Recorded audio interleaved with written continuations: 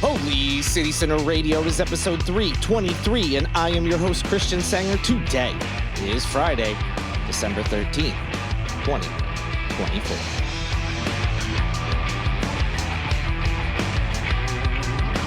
You thought spooky season was over and we were well into the winter holidays. No, it's Friday the 13th, so a little extension of the scariness. Maybe you'll watch I almost said pop in a horror movie, pop in like a VHS DVD. No, maybe you'll stream a horror movie or something today. For those of you who still, miss the fact that the Halloween season is over. Hey, Friday the 13th, no matter what month it is always a good time to get back into that mood. But the rest of us, not that I don't like watching some scary movies from time to time, we are very much in the middle of that Christmas holiday. I don't know if in the middle's the right turn or the right phrase, considering we're still, 12 days away. So I guess maybe beginning of Christmas season, although with all these holidays, especially this time of the year, they all kind of bleed together and they feel like they last forever. So in any event, I hope you had an amazing week. I hope you have an awesome weekend. If you need any plans, whether for tonight, Friday the 13th, or beyond, go to holycitycenter.com/calendar. Not much going on with me, so we're going to get into the news here. We got some updates and, some tie-ins to this national story that everyone's talking about. So I'm not going to make you wait any longer. Let's get into the latest news. All right, the big story everyone's talking about nationally, at least I think it's probably the biggest story going on right now. It certainly seems to be, whether you're watching the news or you're online or you could be watching late night, talk shows. It's all the talk is about this guy who shot the CEO of a healthcare company in New York City, and he was on the lam for a few days before being caught. Of course, there's so many reasons that the story has been big news. Obviously, shooting someone in broad daylight in the middle of New York City and then not being found for several days is a big story, of course. It would seem his motives behind it, although we don't officially know, there's been some talk about some things he said, or there's like a book that he apparently quoted when he wrote words on some of the bullets that were found or the casings that were found at the scene. And it would seem it has to do with the healthcare system. So there's a lot of talk about, obviously murder is horrible and this is not a way to fix anything. But you certainly can understand an anger, not to that extreme, but anger at healthcare companies putting profits over people and denying treatments and so on and so forth. But then, of course, there's the other side of it where a lot of people think he's very attractive. And it's been very bizarre, as I'm sure you've seen, because there's people, this is all alleged, even though it seems they've got their guy. He's a murderer, and people are talking about how attractive he is. So that's bizarre. And then there's people who are also like cheering on what he did, which is kind of gross, cheering on a murder, regardless of what you think of, rich CEOs. And don't get me wrong, putting profits over people, investors over people's health is despicable, but it certainly does not call for murder. So it's been everywhere for all those reasons and more. And there's actually a tie between at least the alleged shooter, I guess I need to say, alleged shooter's family, if not himself, here to the Charleston area. Now, sometimes when there's national stories, the local news will try to find a local angle, which makes sense, of course, and sometimes it's a stretch. But this one's a little different. His family actually is, especially his mother, seems to be, they have like a pretty, strong tie to this area. So they actually live in Maryland. That seems to be his parents anyway. That seems to be their primary place of residence. He also has a sister who just opened an art gallery in Baltimore. But they do have ties to the Holy City. So if you don't know, the alleged shooter's name is Luigi Mangione. He's a 26-year-old. He's actually an Ivy League graduate. And he comes from this prominent family. And their ties to Charleston include having a pretty nice location for an apartment near the Battery. They have a spot on East Bay Street. Specifically, his mother, Kathy Mangione, and her husband, Louis, have owned this residence, which is in the 100 block of East Bay Street, for a decade. So they've had this for over a decade. They paid $820,000 for this two-bedroom, two-bath apartment. They did so back in 2014. Um, they actually bought the property 5 months after their daughter graduated from the College of Charleston. So there's another tie there where the alleged shooter's sister attended school and graduated from the College of Charleston. In addition to that, Kathleen, she goes by Kathy, the mother. She's also served as an advisory board member of the Italian Film Festival that's held in Charleston and has for several years. She remains a board member and actually attended the festival when it was just held last month. So, again, there actually are some ties with this family to this area. Um, Going back to the Luigi, the alleged shooter, he appeared in a Pennsylvania court just a couple days ago on the 10th after being arrested inside a McDonald's just a day earlier. He is charged with murder in New York, of course, where the incident happened. The authorities want him to return to face prosecution in the death of that CEO whose name was Brian Thompson. He was the head of the largest U.S. medical insurance company, which goes by the name of United Healthcare. The incident happened on December 4th. It was clearly a targeted attack. It happened right on a Manhattan sidewalk. And it took a few days before, as I mentioned earlier, for Luigi to be found. So he's fighting extradition to New York. We'll see what ends up happening. We'll learn more about motives, although it seems fairly clear and all that. But yeah, normally I probably wouldn't have touched on that story just because everyone's talking about it. I don't have a particularly interesting take on it by any means, besides, hey, murder's bad, even if a healthcare CEO isn't the nicest dude. Um, which you wouldn't think would be a radical opinion, but based on what you've seen online, it kind of seems like one. But the ties to Charleston certainly made it fairly interesting. There's quotes in the Post and Courier. They did a story about this from people who specifically knew the mother through the film festival and had nice things to say about her. And so just certainly someone, at least a mother, has embedded herself in the community. It's unclear if Luigi has been to Charleston before. Imagine he probably was, since his sister went to college here and his parents had a spot here, but all that's unknown. But certainly interesting that Charleston has any sort of tie to this huge national story. National Nancy at it again. Just in the last episode, I was talking about how she's continued her, online tirade about bathrooms. And I kind of thought maybe there'd be a break for a while, not from her tweeting. I knew that was going to continue and all that. But an incident happened that's making headlines, of course. And some are questioning if maybe National Nancy's not totally telling the truth. So here's what we know. U.S. Capitol Police arrested a person who Representative Mace said physically accosted her. That's her words. On Tuesday, she first made that claim on Twitter, and then eventually, news came out that yes, indeed, someone was arrested, and more details have since come out. Not to miss her opportunity to put bathroom bill and her spin on things. She said, quote, "I was physically accosted tonight on Capitol grounds over my fight to protect women. Capitol Police have arrested him. All the violence and threats keep proving our point. Women deserve to be safe. Your threats will not stop my fight for women." Later on, actually the next day, uh, there's pictures of her in an arm brace. She posted one herself, saying, quote, "One new brace for my wrist and some ice for my arm, and I'll heal just fine," end quote. In another post, she had said, that she was accosted, assaulted, whatever her verbiage was, by a pro-trans man or something like that, which made it seem like a trans person attacked her. That's not the case. This is a cisgendered male who, it, in her words, accosted her.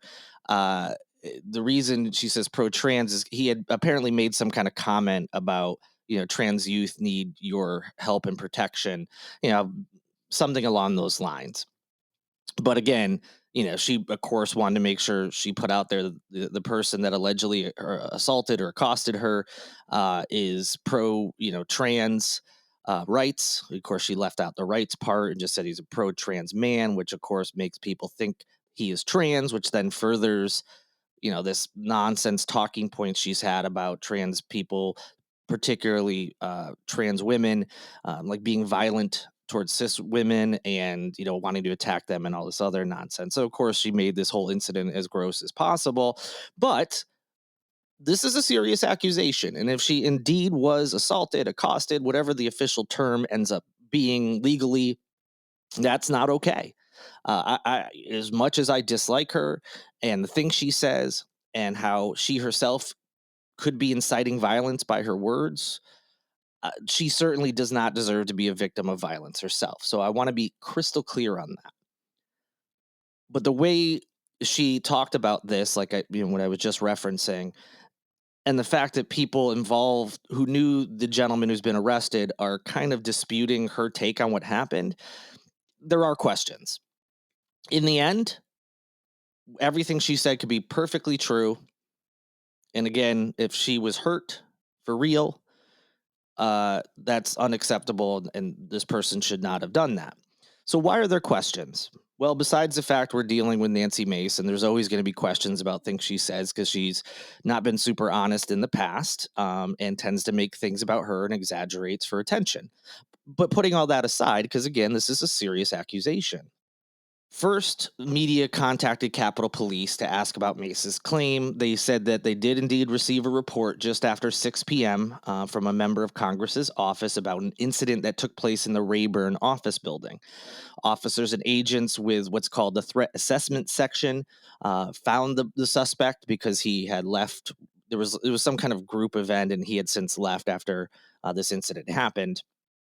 So they found him, arrested him, and charged him with assaulting a government official. According to the charging document, Mace told police that the gentleman went to shake her hand, and that she tried to withdraw her arm, but could not, and that quote she was experiencing pain in her wrist, arm, and armpit, shoulder due to the incident. End quote. The report also says she declined medical treatment. Interesting. She's hurt. Has a member of her staff contact Capitol Police to report that she is hurt from what she said was an assault or that she was accosted, but then declines to have any medical treatment and then shows up the next day in an arm brace. Okay. That's doesn't mean that this isn't true. It's just weird. But then, hey, maybe she didn't want we were talking about healthcare earlier, a situation where, and I don't know how it works with members of Congress. Maybe she just wanted to see her own doctor that she preferred and not like have a whole team called in. Again, who knows? But it is interesting that she's reporting this assault, or whatever she called it at the time, saying she's hurt, but then declines medical treatment. Okay, whatever. There's one thing. So the person who's arrested is actually a foster care advocate from Wyoming who said in an interview, or I'm sorry, that's who that person is, and he was there with other people in this advocacy group for foster care. And one of the people in that group said they had witnessed the entire exchange. And so, first of all, the person that was ultimately arrested, their name is James McIntyre. He's 33 years old. He's actually from Illinois. I apologize. The other gentleman I'm going to talk about in a moment is an advocate from Wyoming. But the person who was arrested is from Illinois, but is also part of this foster care advocacy group. He ultimately pled not guilty on Wednesday in D.C. Superior Court. Officially, it was a misdemeanor charge of simple assault, even though, the original arrest was assaulting a federal government official, whatever the official terminology is.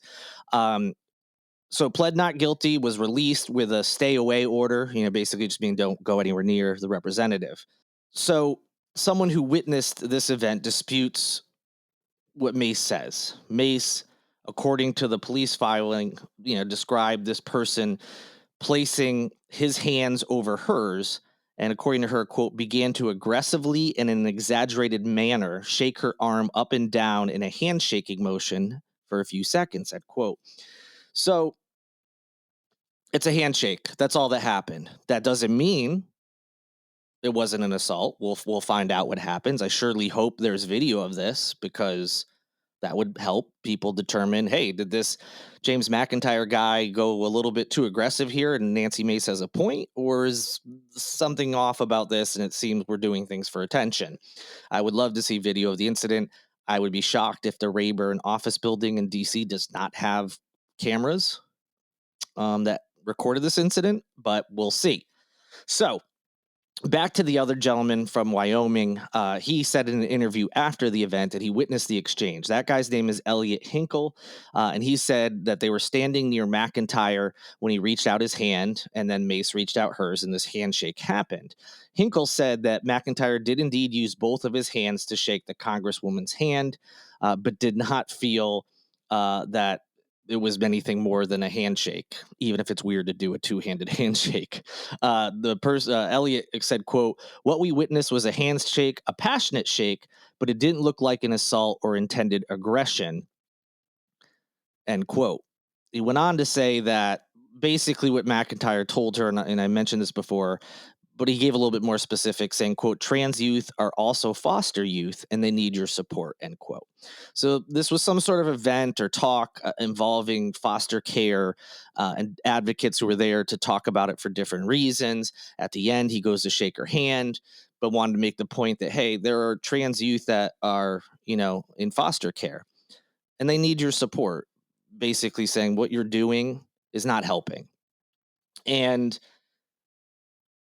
again, what was it aggressive? I have no idea. There's no way to know without seeing the video or letting this play out in court. So we'll find out for sure. But considering what he referenced when he shook her hand and how she then presented it on Twitter afterwards and in media afterwards, certainly has raised some red flags where people think this might be at best case an exaggeration of what happened and how hurt she is. And of course, worst case would be an actual assault.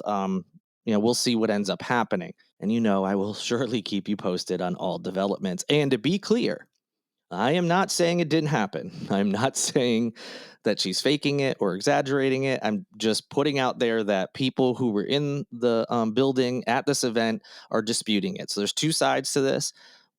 Legal process will work its way out and we'll see what ends up happening. And no, I'm not just saying that because Mace has already preemptively said on Twitter that any media outlet that says she is faking this injury will be sued for defamation. So no, I'm not just saying it because of that, but because it's the truth. I wasn't there. You weren't there. She says this is what happened. A couple people are saying the opposite. So we don't know for sure what's going on and we'll learn more. All right, we got another update about Alex Murdaugh. He, of course, is the disgraced former South Carolina lawyer, currently serving life sentences on murder convictions. He filed an appeal for that double murder conviction on Tuesday and went to the state Supreme Court.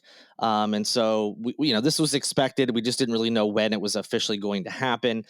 His team submitted a 132-page filing that argues that the former Colleton County Clerk of Court, Becky Hill, influenced one or more jurors to find Murdaugh guilty. They argue that Hill was seeking a guilty conviction to help drive sales of a book that she was planning to write about the trial.